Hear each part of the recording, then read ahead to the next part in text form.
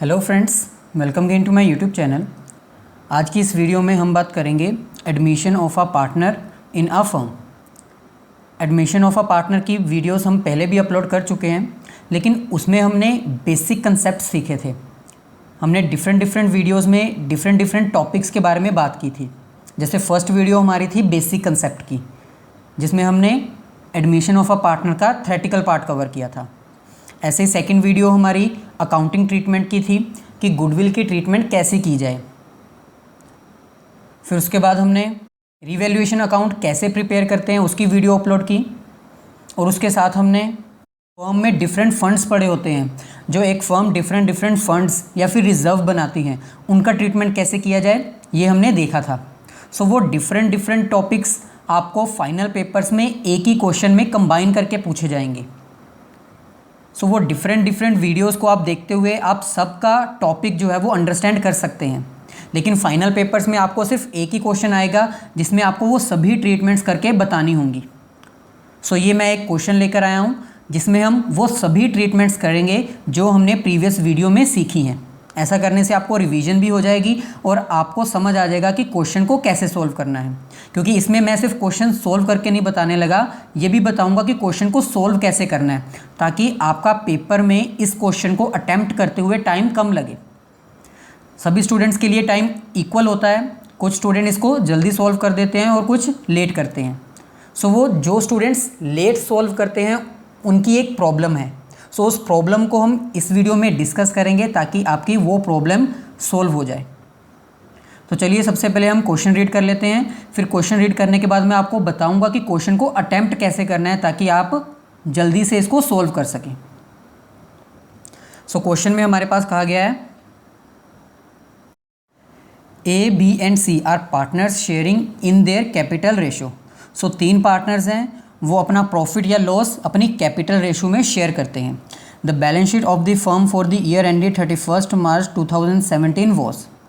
सो 31 March 2017 की हमें balance sheet दी गई है। तो सबसे पहले हमें ए, बी और सी की शेयरिंग रेशो पता होनी चाहिए, जो कि उन्होंने कहा है कि उनकी कैपिटल के अकॉर्डिंग है। सो कैपिटल उनकी कितनी है वो हमें बैलेंस शीट में दी हुई है।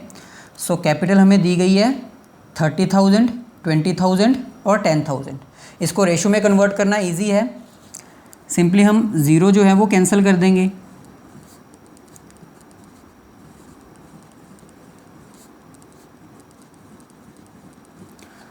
सो ये तीनों ही पार्टनर्स की कैपिटल शेयरिंग रेशो है।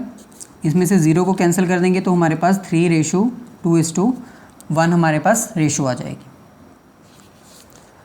सो बैलेंस शीट में हमें एसेट साइड और लायबिलिटी साइड दी गई है, टोटल दिया गया है, डिफरेंट आइटम्स दी गई हैं। सबकी ट्रीटमेंट कैसे की जाएगी वो हम प्रीवियस वीडियोस में देख चुके हैं। अगर आपने वो वीडियोस नहीं देखी, आपको ट्रीटमेंट नहीं पता, तो मैं आपको रिकमेंड करूँगा कि आप उस वीडियो को देख कर आइए, क्योंकि इसमें मैं डिटेल में नहीं बताने लगा कि इसका ट्रीटमेंट ऐसा ही क्यों किया गया। इसमें मैं डायरेक्टली ये बताऊँगा कि इसका ट्रीटमेंट ये किया जाएगा। एडिशनल इन्फॉर्मेशन हमें दी गई है, D is admitted for 1/10 share on following conditions.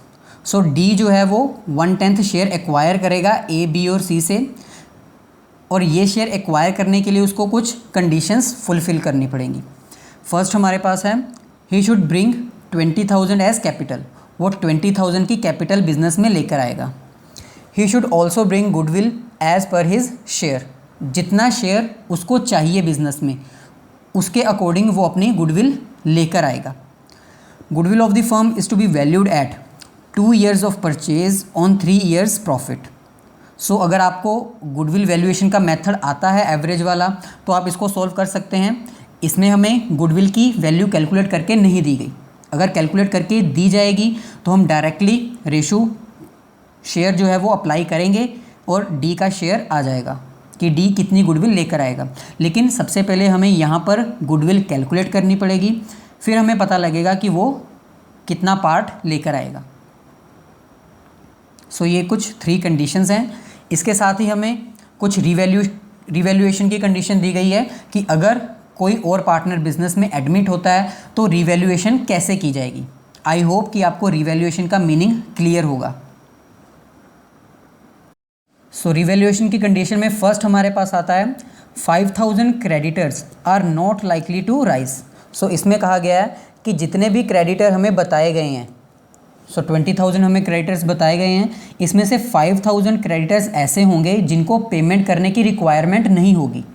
Future में अगर हम इनको पेमेंट ना करें तो भी हमारा बिजनेस चल जाएगा। सो ये हमें बेनिफिट हो गया रिवैल्यूएशन करने का। रिवैल्यूएशन करते हुए हमें ये पता चला कि हमें अपने क्रेडिटर्स को सिर्फ 15,000 ही पे करना पड़ेगा। जो 5,000 के क्रेडिटर्स हैं वो पैसे नहीं मांग रहे। सो ये रिवैल्यूएशन में प्रॉफिट है। सो प्रॉफिट को हम क्रेडिट साइड रिकॉर्ड करते हैं। तो चलिए हम साथ साथ रिवैल्यूएशन अकाउंट भी बना लेते हैं ताकि आपको पॉइंट्स जो हैं वो क्लियर होते जाएं। सो ये हमारे पास रिवैल्यूएशन अकाउंट। अब क्रेडिटर्स हमारे डिक्रीज़ हो रहे हैं। रिवैल्यूएशन अकाउंट एक नॉमिनल अकाउंट है जिसमें हम डेबिट साइड लॉसेस को रिकॉर्ड करते हैं और क्रेडिट साइड प्रॉफिट को रिकॉर्ड करते हैं। सो क्रेडिटर्स को जो पेमेंट करनी है वो हमारी डिक्रीज़ हो रही है, वो हमारे लिए प्रॉफिट है। सो प्रॉफिट को हम क्रेडिट साइड रिकॉर्ड करेंगे। यहाँ पर लिख देंगे बाय क्रेडिटर्स। 5,000 से डिक्रीज़ हो रहे हैं इसलिए यहाँ पर आएगा 5,000। सो अब हमें पता चल चुका है कि अब हमें क्रेडिटर्स को 5,000 पेमेंट नहीं करनी पड़ेगी। इसका मतलब आने वाले ईयर में जो हम बैलेंस शीट बनाएंगे उसमें हमें 5,000 कम करके लिखना पड़ेगा। जहाँ पर हमने 20,000 मेंशन किया था अब हम वहाँ पर 15,000 मेंशन करेंगे। सो यही आपको ध्यान रखना है कि जब आपने एडिशनल इन्फॉर्मेशन पढ़ ली, आपने उसको रिवैल्यूएशन में लिख लिया, तभी आपको ये भी कंसीडर करना है कि इसका सेकेंड इफेक्ट कहाँ पर आएगा। सो इसका सेकेंड इफेक्ट हमारी बैलेंस शीट में आएगा। अगर पेपर में आपको बैलेंस शीट बनाने को कहा जाएगा तो आपको बैलेंस शीट में अब 20,000 की जगह 15,000 लिखना पड़ेगा ताकि आपका टाइम वेस्ट ना हो। इसलिए आप बैलेंस शीट को साथ साथ प्रिपेयर करते जाएंगे। सो अब हमें पता चल चुका है कि 5,000 की पेमेंट नहीं करनी है और हमें बैलेंस शीट में 15,000 मेंशन करना पड़ेगा, तो हम बैलेंस शीट को भी साथ ही प्रिपेयर कर लेंगे। हम वेट नहीं करेंगे कि पहले हम रिवैल्यूएशन अकाउंट बनाएं, फिर पार्टनर्स का कैपिटल अकाउंट बनाएं, फिर हम बैलेंस शीट बनाएं। ऐसा करने से आपका टाइम वेस्ट होगा, आपको बार बार जो एडिशनल इन्फॉर्मेशन है वो पढ़नी पड़ेगी। लेकिन अगर आप साइमल्टेनियसली साथ साथ प्रिपेयर करते जाएंगे, revaluation account, partners capital account और बैलेंस शीट, अगर आप तीनों ही एक साथ प्रिपेयर करते जाएंगे तो आपको एडजस्टमेंट सिर्फ एक बार पढ़ने की ज़रूरत पड़ेगी, बार बार पढ़ने की ज़रूरत नहीं पड़ेगी। आपका टाइम एडजस्टमेंट को पढ़ते हुए वेस्ट होना बंद हो जाएगा। सो यही एक छोटी सी ट्रिक है कि आप तीनों ही अकाउंट एक साथ बनाते जाइए ताकि आपको बार बार स्टेटमेंट पढ़ने में टाइम वेस्ट ना हो। तो चलिए इसी इफेक्ट को अब हम बैलेंस शीट में भी शो कर देते हैं। सो ये है हमारे पास new balance sheet new firm की, जिसमें डी पार्टनर भी एडमिट हो चुका है। अब ये बैलेंस शीट जो है वो ए, बी और सी के अलावा डी की भी है। सो इसमें अब हम क्रेडिटर्स की पेमेंट जो है वो 15,000 मेंशन करेंगे क्योंकि 5,000 को पेमेंट करने की रिक्वायरमेंट नहीं है। नेक्स्ट हमारे पास है 8,000 workman compensation reserve is required for workers. अब वर्कमैन कंपनसेशन रिजर्व क्या होता है? वो रिज़र्व जो वर्कर्स को पेमेंट करने के लिए हमें मेंटेन किया होता है। अगर किसी भी वर्कर को कोई काम करते हुए इंजरी हो जाए तो उसके लिए हमने रिज़र्व बनाया हुआ है। सो बैलेंस शीट में ये रिज़र्व हमें शो कर रहा है 15,000। मतलब अगर किसी वर्कर को काम करते हुए इंजरी हो जाती है तो हम उसको 15,000 तक की पेमेंट कर सकते हैं।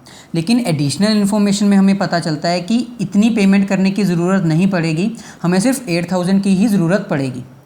सो अब हमें आने वाली बैलेंस शीट में 15,000 की जगह 8,000 मेंशन करना पड़ेगा और बाकी का बैलेंस जो 7,000 है वो हम पार्टनर्स में डिस्ट्रीब्यूट कर देंगे क्योंकि वो अभी बिजनेस में चाहिए ही नहीं।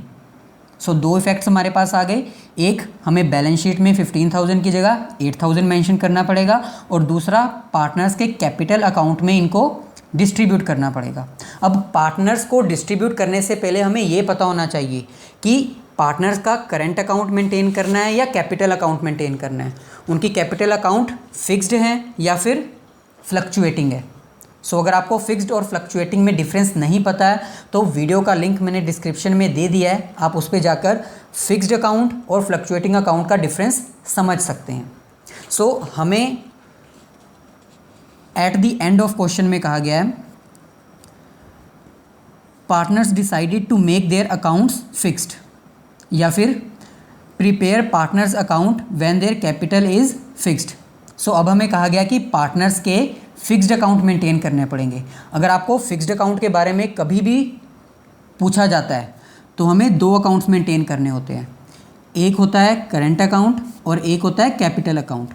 कैपिटल अकाउंट वो जिसमें हम कोई चेंजेस नहीं करेंगे और करंट अकाउंट वो जिसमें हम सभी चेंजेस करेंगे। सो ये डिफरेंस आपको पता होना चाहिए। सो क्योंकि अब फिक्स्ड अकाउंट के बारे में कहा गया है, इसका मतलब इसमें हमें दो सेपरेट अकाउंट मेंटेन करने पड़ेंगे। एक होगा कैपिटल अकाउंट जिसमें हम कोई चेंजेस नहीं करेंगे और एक होगा करंट अकाउंट जिसमें हम सभी चेंजेस करेंगे। सो जो 7,000 हमने डिस्ट्रीब्यूट करना है वो हम करंट अकाउंट में करेंगे क्योंकि करंट अकाउंट में चेंजेस किए जाते हैं। सो ये हमारे पास पार्टनर्स का करंट अकाउंट। अब इसमें हम 7,000 डिस्ट्रीब्यूट कर देते हैं बाय वर्कमैन्स कंपनसेशन रिजर्व। अब डिस्ट्रीब्यूट करते हुए आपको ये ध्यान रखना है कि कोई भी रिजर्व या कोई भी प्रॉफिट हो उसको हम ओल्ड पार्टनर्स के बीच में डिस्ट्रीब्यूट करेंगे ओल्ड रेशो में, क्योंकि ये न्यू पार्टनर का शेयर इसमें नहीं है। सो ओल्ड पार्टनर्स हमारे पास है ए, बी और सी, इन तीनों में हम डिस्ट्रीब्यूट करेंगे इनकी रेशो में। सो रेशो हमारे पास है 3, 2 और 1। सो डिस्ट्रीब्यूट करने पर हमारे पास अमाउंट आएगी ए के लिए 3,500, बी के लिए आएगी 2,333 और सी के लिए आएगी 1,167। सो सेकेंड इफेक्ट इसका बैलेंस शीट में है। बैलेंस शीट में भी हम इसको रिकॉर्ड कर लेते हैं। बैलेंस शीट की लायबिलिटी साइड हम लिखेंगे वर्कमैन्स कंपनसेशन रिजर्व 15,000 था। 15,000 में से हमें सिर्फ 8,000 चाहिए तो हम यहाँ पर 8,000 मेंशन कर देंगे। नेक्स्ट हमारे पास है there is unrecorded investment purchased for 10,000 whose market value is ₹5,000। So हमारे पास कुछ ऐसी इन्वेस्टमेंट थी जिसको हमने रिकॉर्ड नहीं किया था। इसका मतलब जो हमें बैलेंस शीट दी गई है उसमें हमने इसको रिकॉर्ड नहीं किया, कहीं पर भी हमारे पास इन्वेस्टमेंट नहीं है। सो सबसे पहले तो ये अनरिकॉर्डेड है और जिसकी मार्केट वैल्यू जो है वो 5,000 है। सो ये एक इम्पोर्टेंट पॉइंट है, इसको हम डिस्कस करते हैं। सो कोई एसेट है जिसको हमने रिकॉर्ड नहीं किया बिजनेस में, जिसको हमने परचेज़ किया था 10,000 का, लेकिन उसकी मार्केट वैल्यू जो है वो 5,000 है। सो इसका मतलब हमें प्रॉफिट हो रहा है या फिर लॉस हो रहा है। सबसे पहले तो हमें प्रॉफिट हुआ कि हमने उसको रिकॉर्ड नहीं किया, लेकिन हमें लॉस भी हो गया क्योंकि अब वो सिर्फ 5,000 की रह चुकी है। सो रिवैल्यूएशन में हम इसको प्रॉफिट के तौर पर रिकॉर्ड करें या फिर लॉस के तौर पर। सो इसको अंडरस्टैंड करना सिंपल है। हमने 10,000 की परचेज़ की, उसको बिज़नेस में रिकॉर्ड नहीं किया, लेकिन अब हमें पता चल चुका है कि वो हमारे पास पड़ी है, हमारे बिज़नेस में ही है, लेकिन उसकी मार्केट वैल्यू 5,000 है। सो ये हमारे लिए प्रॉफिट हुआ 5,000 का। हम इसको रिवैल्यूएशन अकाउंट की क्रेडिट साइड बाय इन्वेस्टमेंट लिख देंगे 5,000। लेकिन इसके साथ एक और इन्फॉर्मेशन हमें दी गई है। हमें बैलेंस शीट में लायबिलिटी साइड दिया गया है investment fluctuation fund. Investment fluctuation fund एक ऐसा फंड है जो बिज़नेस में यूज़ किया जाता है अपनी इन्वेस्टमेंट को सेव रखने के लिए, कि अगर फ्यूचर में हमारी इन्वेस्टमेंट लॉस हो जाती है या उसका मार्केट प्राइस डिक्रीज़ हो जाता है तो हमने फ़ंड क्रिएट किया हुआ है ताकि हमें एकदम से कोई लॉस ना हो जाए, सडनली कोई लॉस हैपन ना हो जाए। सो ऐसा ही इस बिज़नेस ने भी किया है, ताकि उसको लॉस ना हो इसलिए उसने अपना एक फ़ंड क्रिएट करके रखा है जिसका नाम है इन्वेस्टमेंट फ्लक्चुएशन फ़ंड। सो अब हमारे पास इन्वेस्टमेंट फ्लक्चुएशन फ़ंड भी पड़ा है जो है 8,000। क्योंकि हमारे पास इन्वेस्टमेंट फ्लक्चुएशन फ़ंड पड़ा है इसलिए हमारी एडजस्टमेंट में अब चेंज हो जाएगा। अगर इन्वेस्टमेंट फ्लक्चुएशन फ़ंड नहीं होता तो प्रीवियस वाली एडजस्टमेंट जो मैंने बताई वही हम करते, लेकिन अब इन्वेस्टमेंट फ्लक्चुएशन फ़ंड पड़ा है तो इसको बिज़नेस यूज़ करेगा। उसको जो 5,000 का लॉस हुआ उसको कवर करने के लिए वो इसको यूटिलाइज़ करेगा अपने फ़ंड को। सो 8,000 के फ़ंड में से उसने 5,000 का यूटिलाइज़ कर लिया और उसके पास बैलेंस बच गया 3,000 का फ़ंड। 3,000 को वो पार्टनर्स अपने में डिस्ट्रीब्यूट कर लेंगे अपनी प्रॉफिट शेयरिंग रेशो में। सो हमारे पास 3 पार्टनर्स हैं, ए, बी और सी। डी को हम नहीं देंगे शेयर क्योंकि वो न्यू पार्टनर है। सो तीनों को उनकी प्रॉफिट शेयरिंग रेशो में ये 3000 डिस्ट्रीब्यूट कर दिया जाएगा। सो आने वाली बैलेंस शीट में हमारे पास इन्वेस्टमेंट फ्लक्चुएशन फंड नहीं होगा क्योंकि 8000 था, 8000 में से 5000 हमने यूटिलाइज कर लिया और 3000 को हमने डिस्ट्रीब्यूट कर दिया। तो इन्वेस्टमेंट फ्लक्चुएशन फंड अब हमारे पास ख़त्म हो चुका है। अब हमारे पास एडजस्टमेंट आती है कि इन्वेस्टमेंट जो कि अनरिकॉर्डेड थी उसकी एडजस्टमेंट क्या की जाए। सो उसकी सिंपल एडजस्टमेंट है, क्योंकि हमने इसको रिकॉर्ड नहीं किया था, अब हम इसको 10,000 पर रिकॉर्ड करेंगे बैलेंस शीट में, और ये 10,000 हमारे लिए प्रॉफिट है, इसलिए हम रिवैल्यूएशन की क्रेडिट साइड 10,000 लिखेंगे, 5,000 नहीं लिखेंगे क्योंकि 5,000 का लॉस हमने यहाँ पर कवर कर लिया। सो ये थोड़ा कॉम्प्लिकेटेड है। अगर इन्वेस्टमेंट फ्लक्चुएशन फंड दिया जाएगा तो लॉस को हम उसमें से कवर करेंगे और बैलेंस अगर बच जाएगा तो वो पार्टनर्स में डिस्ट्रीब्यूट कर देंगे। क्योंकि लॉस हमारा कवर हो चुका है इसलिए हम पूरा का पूरा 10,000 रिवैल्यूएशन में प्रॉफिट समझते हुए क्रेडिट साइड रिकॉर्ड करेंगे। और क्योंकि हमने इसको रिकॉर्ड नहीं किया एसेट में, अब हमें पता चल चुका है कि ये हमारे पास एसेट पड़ी है, इसलिए न्यू बैलेंस शीट में हम इसको रिकॉर्ड करेंगे पूरी की पूरी 10,000 पर।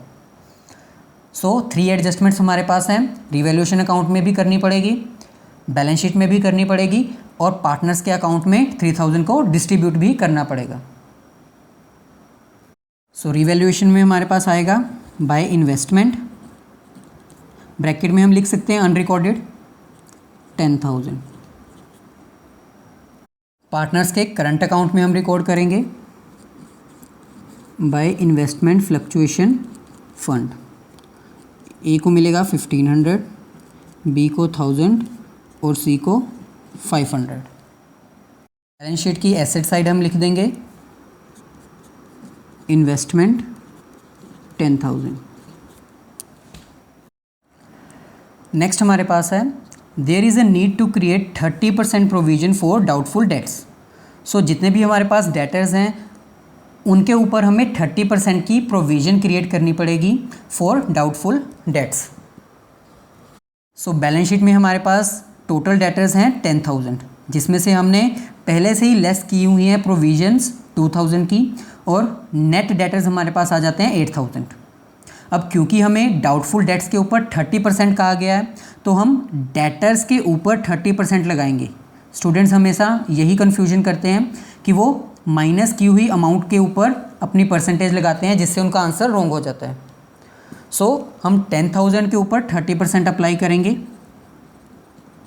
सो 10,000 के ऊपर अगर हम 30% अपना अप्लाई करेंगे तो हमारे पास आ जाएगा 3,000। सो इसका मतलब स्टेटमेंट में हमें कहा गया है कि हमें 30% प्रोविज़न चाहिए फॉर डाउटफुल डेट्स, जो कि है 3,000, लेकिन हमने 2,000 पहले ही क्रिएट की हुई है। सो क्योंकि हमने 2,000 पहले ही क्रिएट की हुई है और हमें चाहिए 3,000, मतलब इसमें हम 1,000 की अगर एडिशन कर दें तो हमारे पास 3,000 प्रोविज़न आ जाएगी और हमारी कंडीशन जो है वो सेटिस्फाइड हो जाएगी। सो आपको ये भी ध्यान रखना है कि आपको 2 में 3 ऐड करके इसको 5,000 नहीं कर देना। स्टेटमेंट में हमें सिर्फ इतना कहा गया है कि 30% प्रोविज़न क्रिएट करनी है, और 30,000 हमारे पास आता है 3,000, 30% हमारे पास आता है 3,000। सो 3,000 की प्रोविज़न क्रिएट करनी है हमने, 2,000 तो हमने पहले ही क्रिएट की हुई है, तो एडिशनली हमें सिर्फ 1,000 चाहिए।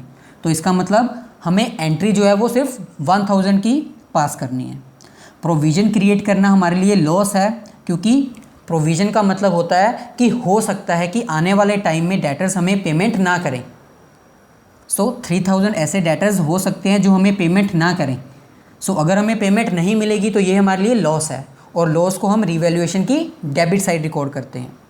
सो ये हमारे पास होगी फर्स्ट एडजस्टमेंट। सेकेंड एडजस्टमेंट इसकी बैलेंस शीट में होगी। बैलेंस शीट में जहाँ पर हमने 10,000 में से 2,000 लेस किया है, वहीं पर अब हम न्यू बैलेंस शीट में 10,000 में से 3,000 लेस करेंगे, क्योंकि हमारी प्रोविज़न अब 3,000 हो चुकी है। सो रिवैल्यूएशन की डेबिट साइड हम लिख देंगे, क्योंकि प्रोविज़न क्रिएट करना हमारे लिए लॉस है। To provision for doubtful debts, amount आएगी 1,000 रुपीज़। बैलेंस शीट की एसेट साइड हम लिखेंगे डेटर्स, जो कि हमारे पास है 10,000। प्रोविज़न अब हमारी हो चुकी है 3,000, सो हम 3,000 लेस करेंगे। नेक्स्ट हमारे पास है plant and machinery is appreciated by 10%। So plant and machinery appreciate हुई है, एप्रिशिएट होना मतलब इंक्रीज़ हुई है। सो 10% से इंक्रीज़ होना हमारे लिए प्रॉफिट है। जितने भी हमें प्लांट एंड मशीनरी दी होगी उस पर हम 10% अप्लाई करेंगे और जितना 10% करके आएगा वो हमारे लिए प्रॉफिट हो जाएगा, क्योंकि प्लांट एंड मशीनरी हमारी एसेट है, एसेट का इंक्रीज़ होना हमारे लिए प्रॉफिट होता है। उसको हम रिवैल्यूएशन अकाउंट की क्रेडिट साइड रिकॉर्ड कर लेंगे। सो ये हमारे पास प्लांट एंड मशीनरी 35,000। सो 10% हमारी इंक्रीज़ हो चुकी है, 10% इस पर अप्लाई करेंगे तो हमारे पास आएगा 3,500। सो 3,500 को हम रिवैल्यूएशन की क्रेडिट साइड मेंशन कर देंगे और दूसरा इफेक्ट इसका होगा बैलेंस शीट में। अब क्योंकि हमारी प्लांट एंड मशीनरी इंक्रीज़ हो चुकी है, इसलिए अब हम न्यू बैलेंस शीट में 35,000 की जगह 35,000 में 3,500 ऐड करके जो अमाउंट आएगी वो मेंशन करेंगे। तो रिवैल्यूएशन की क्रेडिट साइड हम लिख देते हैं बाय प्लांट एंड मशीनरी और अमाउंट आएगी 3,500। न्यू बैलेंस शीट में हम प्लांट एंड मशीनरी मेंशन करेंगे जो है 35,000 की, उसमें ऐड करेंगे जो हमें एप्रिसिएशन हुआ। सो ये हमारे पास आ जाएगी 38,500। लास्ट हमारे पास है बिल्डिंग इज़ डेप्रिशिएटेड टू 80%। अब यहाँ पर आपको ध्यान रखना पड़ेगा कि कौन सा वर्ड यूज़ किया गया है। यहाँ पर हमें लिखा गया है बिल्डिंग इज़ डेप्रिशिएटेड टू 80%, मतलब जितनी भी बिल्डिंग हमारे पास बैलेंस शीट में दी गई होगी उसको हम 80% पे रिकॉर्ड कर लेंगे।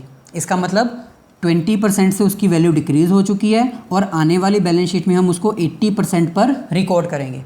सो ये कन्फ्यूजिंग पॉइंट है जिसको आपको पता होना चाहिए। अगर यहाँ पर बाय लिखा होता तो इसका मतलब होता कि बिल्डिंग जो है वो 80% डेप्रिशिएट हो चुकी है, लेकिन यहाँ पर लिखा गया है 2, तो 2 का मतलब है कि बिल्डिंग 80% तक डेप्रिशिएट हो चुकी है। 80% तक मतलब अगर उसकी वैल्यू 100 रुपीज़ है तो अब उसकी वैल्यू सिर्फ 80 रह गई है।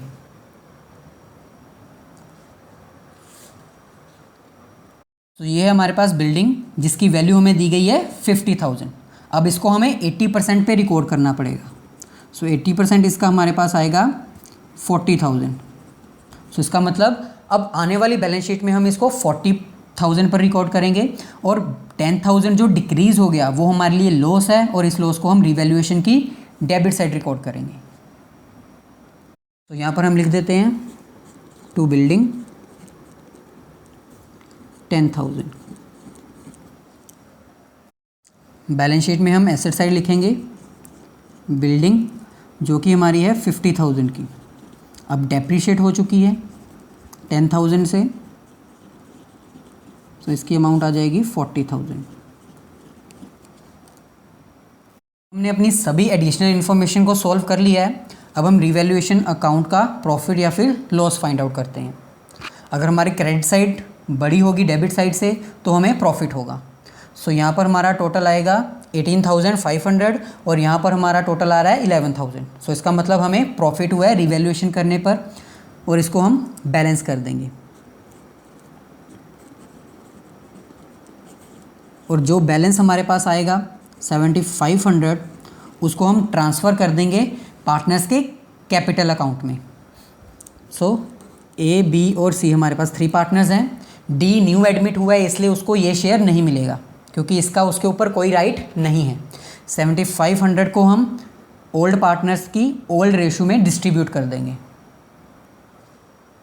सो डिस्ट्रीब्यूट करने पर हमारे पास वैल्यू आएगी 3,750, 2,500, 1,250। सो ये हमारे पास रिवैल्यूएशन का प्रॉफिट हमने डिस्ट्रीब्यूट कर दिया। अब इस प्रॉफिट को हमने पार्टनर्स को डिस्ट्रीब्यूट कर दिया है, इसलिए हम इसको कैपिटल अकाउंट में भी मेंशन कर देंगे, पार्टनर्स के करंट अकाउंट में, क्योंकि चेंजेस हमें करंट अकाउंट में करने होते हैं। पार्टनर्स को हम पेमेंट कर रहे हैं, उनको पेमेंट रिसीव हो रही है, इसलिए हम इसको क्रेडिट साइड रिकॉर्ड करेंगे।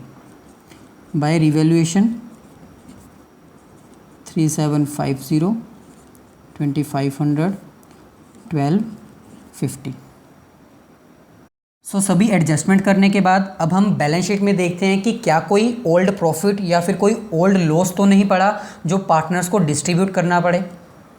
सो लायबिलिटी साइड सबसे पहले हमारे पास आता है जनरल रिजर्व। सो जनरल रिजर्व को हम ओल्ड पार्टनर्स में डिस्ट्रीब्यूट कर देंगे ओल्ड रेशो में।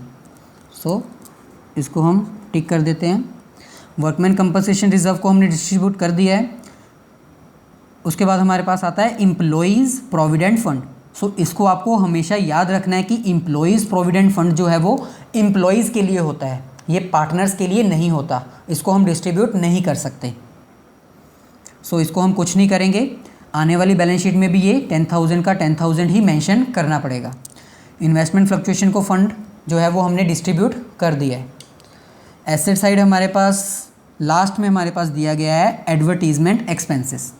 सो इसका मतलब है ये हमारा लॉस है, कोई ऐसे एक्सपेंस एडवर्टीजमेंट के जो हमने बियर किए हैं लेकिन मेंशन नहीं किए, पार्टनर्स में वो डिस्ट्रीब्यूट नहीं हुए। सो क्योंकि ये लॉस है, पार्टनर्स को बियर करने पड़ेंगे, इसलिए हम इसको डेबिट साइड लिखेंगे, और ये पार्टनर्स का प्रॉफिट है इसलिए हम इसको डिस्ट्रीब्यूट करेंगे और पार्टनर्स की क्रेडिट साइड लिखेंगे। तो सबसे पहले जनरल रिजर्व को हम डिस्ट्रीब्यूट कर देते हैं। पार्टनर्स के करंट अकाउंट में हम लिखेंगे बाय जनरल रिजर्व। ए को मिलेगा 14,500, बी को मिलेगा 9,667 और सी को मिलेगा 4,833। डेबिट साइड हम लिखेंगे टू एडवर्टीजमेंट एक्सपेंसेस। फर्स्ट हमारे पास अमाउंट आएगी 5,250, नेक्स्ट आएगी 3,500, देन आएगी 1,750। बैलेंस शीट की कंडीशन भी फुलफ़िल करने के बाद अब हमारे पास आता है जो कंडीशंस डी को फुलफ़िल करनी पड़ेंगी पार्टनरशिप में एडमिट होने के लिए। सो सबसे पहले तो डी को 20,000 एज अ कैपिटल लेकर आना पड़ेगा। कैपिटल के साथ साथ वो गुडविल भी लेकर आएगा, लेकिन कितनी लेकर आएगा ये डिपेंड करता है गुडविल की वैल्यू के ऊपर। सो इसका मतलब सबसे पहले हमें गुडविल की वैल्यू कैलकुलेट करनी पड़ेगी। एवरेज प्रॉफिट को अप्लाई करते हुए सबसे पहले हमें इन तीनों का एवरेज कैलकुलेट करना है।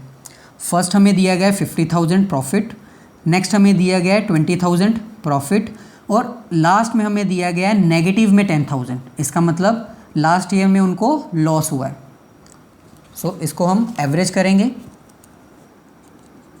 50,000 प्लस 20,000 माइनस 10,000 डिवाइडेड बाय 3। सो 70 में से 10 60 डिवाइडेड बाय 3 हमारे पास आ जाएगा 20,000। सो 20,000 हमारे पास एवरेज प्रॉफिट आ गया। एवरेज प्रॉफिट को हम मल्टीप्लाई करेंगे नंबर ऑफ ईयर्स परचेज के साथ, जो हमें दिया गया है 2। सो 2 से मल्टीप्लाई करने पर गुडविल की वैल्यू हमारे पास आ जाएगी 40,000। सो 40,000 गुडविल की वैल्यू है, और हमें कहा गया है कि डी जो है वो गुडविल का शेयर लेकर आएगा अपने शेयर के अकॉर्डिंग। सो उसका शेयर है 1/10। सो डी जो है वो 40,000 का 1/10 पार्ट लेकर आएगा एज अ गुडविल, जिसको हम प्रीमियम फॉर गुडविल भी कहते हैं। सो डी 4,000 लेकर आएगा बिजनेस में। सो इसकी एंट्री हम पास कर देते हैं। ये हमारे पास करंट अकाउंट, इसमें हम लिख देंगे बाय कैश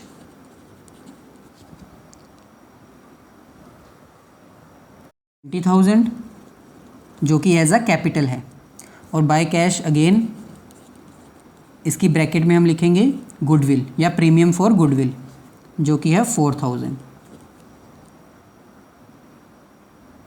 तो लास्ट में सभी एडजस्टमेंट्स करने के बाद अब इम्पोर्टेंट जो आपको बात एडमिशन ऑफ अ पार्टनर के बारे में पता होनी चाहिए वो ये है कि जब भी कोई बिजनेस में न्यू पार्टनर एडमिट होता है तो न्यू पार्टनर के एडमिट होने से ओल्ड पार्टनर्स को अपना शेयर सेक्रीफाइस करना पड़ता है। सो क्योंकि वो सेक्रीफाइस कर रहे हैं इसलिए उनको कंपनसेट करने के लिए न्यू पार्टनर जो है वो गुडविल लेकर आता है। अब वो 4000 गुडविल ले आया है, लेकिन ये 4000 वो बिज़नेस में इन्वेस्ट करने के लिए नहीं लेकर आया, वो ये 4000 ओल्ड पार्टनर्स को डिस्ट्रीब्यूट करने के लिए लेकर आया, क्योंकि ओल्ड पार्टनर्स सेक्रीफाइस कर रहे हैं न्यू पार्टनर के आने से।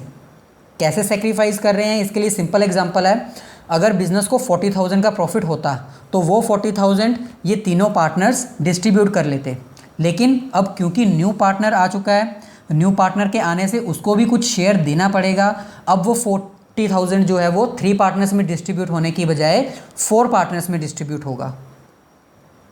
सो ये तीनों पार्टनर्स के लिए लॉस है, इन तीनों पार्टनर्स के लिए ये सिचुएशन लॉस है।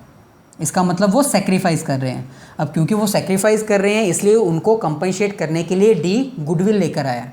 सो इसका मतलब ये जो 40,000 की हमने ट्रांजैक्शन को रिकॉर्ड किया, 4,000 की ट्रांजैक्शन को जो रिकॉर्ड किया, अब ये 4,000 इन पार्टनर्स को दे दिया जाएगा, ए बी सी को। सो किस रेशो में दिया जाएगा? सेक्रीफाइसिंग रेशो में। सेक्रीफाइसिंग रेशो हमें कैलकुलेट करनी पड़ती है। कैसे कैलकुलेट करनी है, इसके लिए मैंने वीडियो अपलोड कर दी है, अगर आपने वो नहीं देखी है तो डिस्क्रिप्शन में जाकर लिंक दिया गया है, उसको देख सकते हैं। इस क्वेश्चन में हमें सेक्रीफाइसिंग रेशो कैलकुलेट करने की रिक्वायरमेंट नहीं होगी, क्योंकि मैंने आपको पहले ही बताया था जहाँ पर हमें ओल्ड रेशो और न्यू रेशो दोनों ही दी गई होंगी वहाँ पर हमें सेक्रीफाइसिंग रेशो कैलकुलेट करने की रिक्वायरमेंट होगी। लेकिन क्योंकि हमें न्यू रेशो नहीं दी गई तो हमें सेक्रीफाइसिंग रेशो कैलकुलेट करने की ज़रूरत नहीं है। जो पार्टनर्स की ओल्ड रेशो होगी उसको ही हम सेक्रीफाइसिंग रेशो मान लेंगे। सो ओल्ड रेशो हमें दी गई है 3:1, इसी को हम सेक्रीफाइसिंग रेशो मानेंगे, और 4,000 जो है वो इसी रेशो में डिस्ट्रीब्यूट किया जाएगा जो कि डी पार्टनर लेकर आया था। सो ये 4,000 अब हम इन तीनों पार्टनर्स में डिस्ट्रीब्यूट कर देते हैं। यहाँ पर हम लिखेंगे बाय प्रीमियम फॉर गुडविल।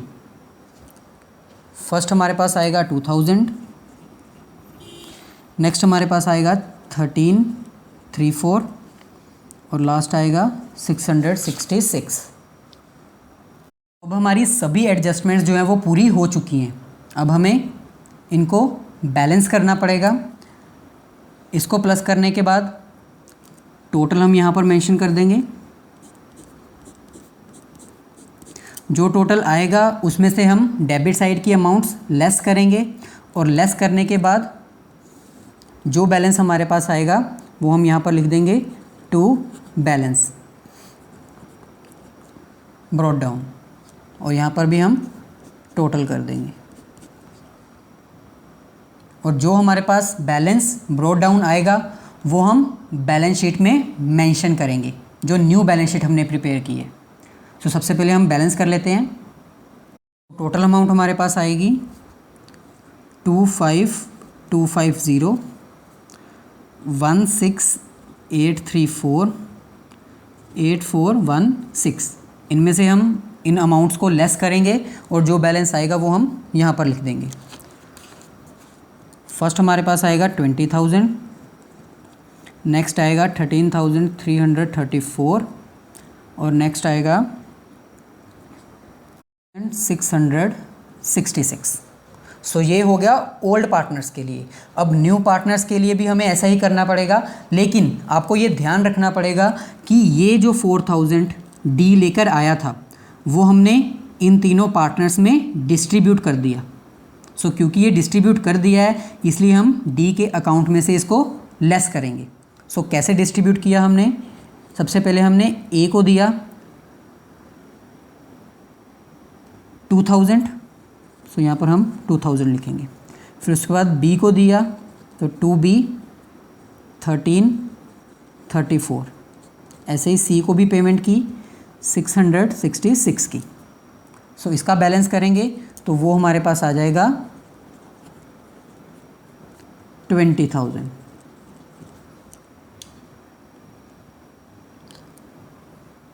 लेकिन क्योंकि डी जो है वो 20,000 एज अ कैपिटल लेकर आया है इसलिए हम इसको बैलेंस ब्रॉट डाउन नहीं लिखेंगे, इसको हम कैपिटल अकाउंट में ट्रांसफ़र कर देंगे।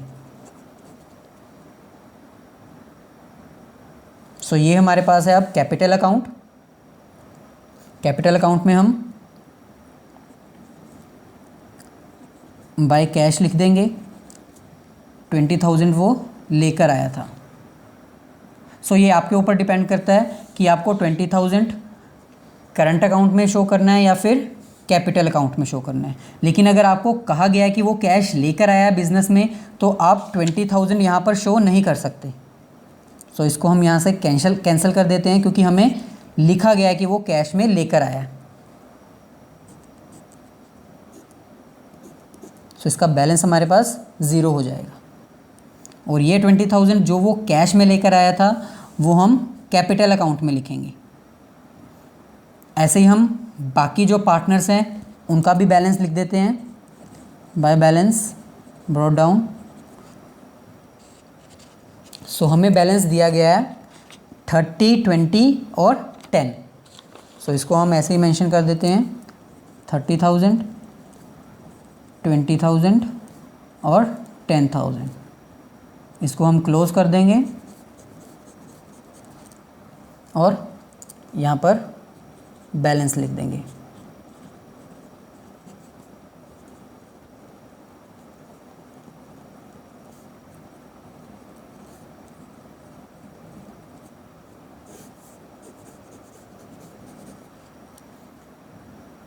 सो अब इन बैलेंस को अब हम न्यू जो बैलेंस शीट बनाई है उसमें मेंशन करेंगे और अपनी बैलेंस शीट को भी कंप्लीट कर लेंगे। हमारे पास न्यू बैलेंस शीट, इसमें हम कैपिटल अकाउंट लिखेंगे तीनों ही पार्टनर्स का और साथ में न्यू पार्टनर का। सो 30,000, 20,000, 10,000 और 20,000। ऐसे ही हम करंट अकाउंट को भी मेंशन करेंगे।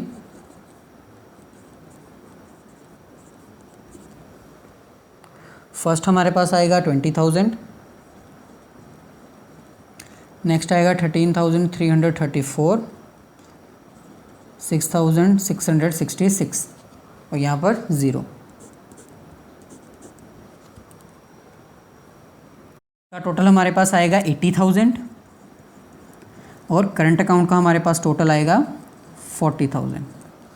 इतना करने के बाद अब हम ओल्ड बैलेंस शीट में मेंशन कर देंगे, मतलब देख लेंगे कि कौन सी ऐसी आइटम्स हैं जो हमने न्यू बैलेंस शीट में मेंशन नहीं की। सो क्रेडिटर्स की एडजस्टमेंट हमने कर दी, बिल्स पेबल हमने मेंशन नहीं किए 11,500 के। सो यहाँ पर हम लिख देंगे बिल्स पेबल 11,500। जनरल रिजर्व को हमने डिस्ट्रीब्यूट कर दिया, इसको भी डिस्ट्रीब्यूट कर दिया। एम्प्लॉय प्रोविडेंट फंड को हम मेंशन कर देंगे।